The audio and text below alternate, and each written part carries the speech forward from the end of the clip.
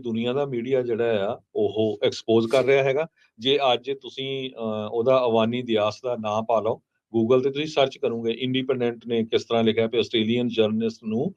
ਧੱਕੇ ਦੇ ਨਾਲ ਇੰਡੀਆ ਦੇ ਵਿੱਚੋਂ ਬਾਹਰ ਕੱਢਿਆ ਗਿਆ। ਗਾਰਡੀਅਨ ਨੇ ਕਿਹਾ ਆ ਭਈ ਅਵਾਨੀ ਆਸਟ੍ਰੇਲੀਅਨ ਜਰਨਲਿਸਟ, ਇਹ ਸਰੋਤਿਆਂ ਨੂੰ ਦੱਸਦੀ ਹੈ, ਇਹ ਬਹੁਤ ਵਾਰ ਸ਼ਾਇਦ ਲੋਕਾਂ ਨੂੰ ਭੁਲੇਖਾ ਆ ਭਈ ਭਾਰਤੀ ਮੂਲ ਦੀ ਆ, ਇਹ ਸ਼੍ਰੀਲੰਕਨ ਮੂਲ ਦੀ ਜਰਨਲਿਸਟ ਹੈਗੀ ਆ, ਆਸਟ੍ਰੇਲੀਆ ਦੇ ਵਿੱਚ ਰਹਿੰਦੀ ਆ ਤੇ ਰੇਡੀਓ ਪ੍ਰੈਜ਼ੈਂਟਰ ਆ ਤੇ ਨਾਲ ਆਸਟ੍ਰੇਲੀਅਨ ਬ੍ਰਾਡਕਾਸਟਿੰਗ ਕਾਰਪੋਰੇਸ਼ਨ ਦੇ ਲਈ ਫੋਰਨ ਕਰਸਪੋਂਡੈਂਟ ਦੇ ਤੌਰ ਤੇ ਕੰਮ ਕਰਦੀ ਹੈਗੀ ਆ। ਵਾਇਰ ਦੇ ਵਿੱਚ ਵੀ ਉਹਨਾਂ ਨੇ ਲਿਖਿਆ ਹੈਗਾ, ਡੇਲੀ ਮੇਲ, ਆਊਟਲੁੱਕ, ਨਿਊਯਾਰਕ ਟਾਈਮ, CNN, ਹਰ ਇੱਕ ਮੀਡੀਆ ਨੇ ਜਿਹੜਾ ਆ ਉਹ ਜਲੂਸ ਕੱਢਿਆ ਇੰਡੀਆ ਦਾ ਵੀ ਦੇਖੋ ਕਿਸ ਤਰ੍ਹਾਂ ਇੱਕ ਜਰਨਲਿਸਟ ਨੂੰ ਉਹਦਾ ਵੀਜ਼ਾ ਨਹੀਂ ਐਕਸਟੈਂਡ ਕਰ ਦਿੱਤਾ ਕਿਉਂਕਿ ਉਹ ਰਿਪੋਰਟਿੰਗ ਕਰ ਰਹੀ ਸਿਰਫ ਭਾਰਤ ਪਰਦਾਫਾਸ਼ ਹੋ ਰਿਹਾ ਸੀ ਨਾ ਉੱਥੇ। ਉਹ ਕਹਿੰਦੀ ਉਹਨੇ ਆਪ ਹੀ ਕਿਹਾ ਜਾਂਦੀ ਹੋਈ, ਹੁਣ ਦੱਸ ਰਹੀ ਹੈ, ਕਹਿੰਦੀ ਵੀ reporting in India too difficult under Modi ਦੇ ਹੇਠਾਂ ਜਿਹੜੀ ਰਿਪੋਰਟਿੰਗ ਕਰਨੀ ਆ ਬਹੁਤ ਔਖੀ ਆ। ਆਸਟ੍ਰੇਲੀਅਨ ਜਿਹੜੀ ਜਰਨਲਿਸਟ ਅਵਾਨੀ ਦਿਆਸ ਜਿਹੜੀ ਆ ਉਸਨੇ ਇਹ ਜਿਹੜਾ ਦੱਸਿਆ ਆ, ਸਾਊਥ ਏਸ਼ੀਆ ਦੀ ਇੱਕ ਕੋਰਸਪੋਂਡੈਂਟ ਆ ਤੇ ਕਹਿੰਦੇ ਵੀ ਉਸਨੂੰ ਕਾਫੀ ਅਨਕੰਫਰਟੇਬਲ ਜਿਹੜਾ ਉਹ ਫੀਲ ਕਰਾਇਆ ਗਿਆ ਤੇ ਫਿਰ ਉਸ ਤੋਂ ਜਿਹੜਾ ਉਹ ਦੱਸਿਆ ਗਿਆ, ਪਹਿਲੋਂ ਦੱਸਿਆ ਗਿਆ ਸੀ ਸਰਕਾਰ ਦੇ ਦੁਆਰਾ ਰੀਨਿਊਅਲ ਦੇ ਲਈ ਇਸ ਵੀਜ਼ੇ ਦੇ ਬਾਰੇ ਵੀ ਉਹ ਬਲੌਕ ਆ। ਆਪਣਾ ਪੋਡਕਾਸਟ ਕਰ ਰਹੀ ਸੀਗੀ final episode looking for Modi, ਵੀ ਮੋਦੀ ਸਾਹਿਬ ਹੈ ਕਿੱਥੇ ਨੇ। ਹਰਦੀਪ ਸਿੰਘ ਨਿੱਜਰ ਹੋਣਾ ਦਾ ਜਿੱਦਾਂ ਆਪਾਂ ਦੱਸਿਆ ਵੀ ਉਹ ਐਪੀਸੋਡ ਕਵਰ ਕੀਤਾ ਸੀਗਾ, ਉਸ ਤੋਂ ਬਾਅਦ ਦੇ ਵਿੱਚ ਉਹੀ ਹੋਇਆ ਜੋ ਫਿਫਥ ਸਟੇਟ ਦੇ ਨਾਲ ਹੋਇਆ, ਜੋ ਸਾਡੇ ਵਰਗੇ ਚੈਨਲ ਦੇ ਨਾਲ ਤੇ ਹੋਰ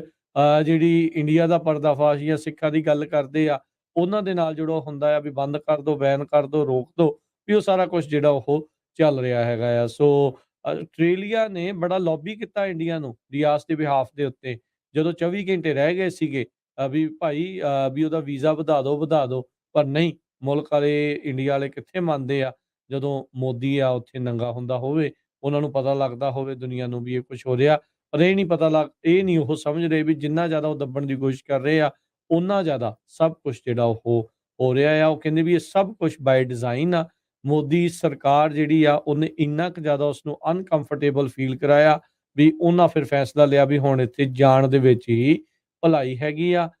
ਤੇ ਕਹਿੰਦੇ ਵੀ ਇਦਾਂ ਦਾ ਜਿਹੜਾ ਬੈਕਲੈਸ਼ ਆ ਰਿਹਾ ਆ, ਜੇ ਤੁਸੀਂ ਜਰਨਲਿਸਟ ਆ ਇੰਡੀਆ ਦੇ ਲਈ ਤਾਂ ਬਈ ਜਿਹੜਾ ਧਿਆਨ ਦੇ ਨਾਲ, ਤੇ ਜਿੰਨੇ ਵੀ ਕੋਲੀਗਸ ਹੈਗੇ ਆ ਹੋਰ ਪਬਲੀਕੇਸ਼ਨ ਦੇ, ਮੈਂ ਉਹਨਾਂ ਨੂੰ ਇਹੀ ਕਹਿੰਦੀ ਮੈਂ ਦੱਸਣਾ ਚਾਹੁੰਦੀ ਆ ਵੀ ਇੱਥੇ ਇਹੀ ਕੁਝ ਤੁਹਾਡੇ ਨਾਲ ਬਾਅਦ ਦੇ ਵਿੱਚ ਹੋ ਸਕਦਾ ਆ। ਜਦੋਂ ਤੋਂ ਮੋਦੀ ਸੱਤਾ 'ਚ ਆਇਆ 2014 ਤੋਂ ਜਿਹੜੇ ਫੋਰਨ ਕੋਰਸਪੋਂਡੈਂਟ ਆ ਉਹਨਾਂ ਨੂੰ ਕਹਿੰਦੇ ਹੋਰ ਵੀ ਜ਼ਿਆਦਾ ਜਿਹੜਾ ਪ੍ਰੈਸ਼ਰ ਆ ਉਸ ਦਾ ਸਾਹਮਣਾ ਕਰਨਾ ਪਿਆ ਆ। ਉੱਥੋਂ ਦਿਆਂ ਨੂੰ ਤਾਂ ਉਹ ਖਰੀਦ ਲੈਂਦੇ ਆ ਸੌਖੇ ਹੀ,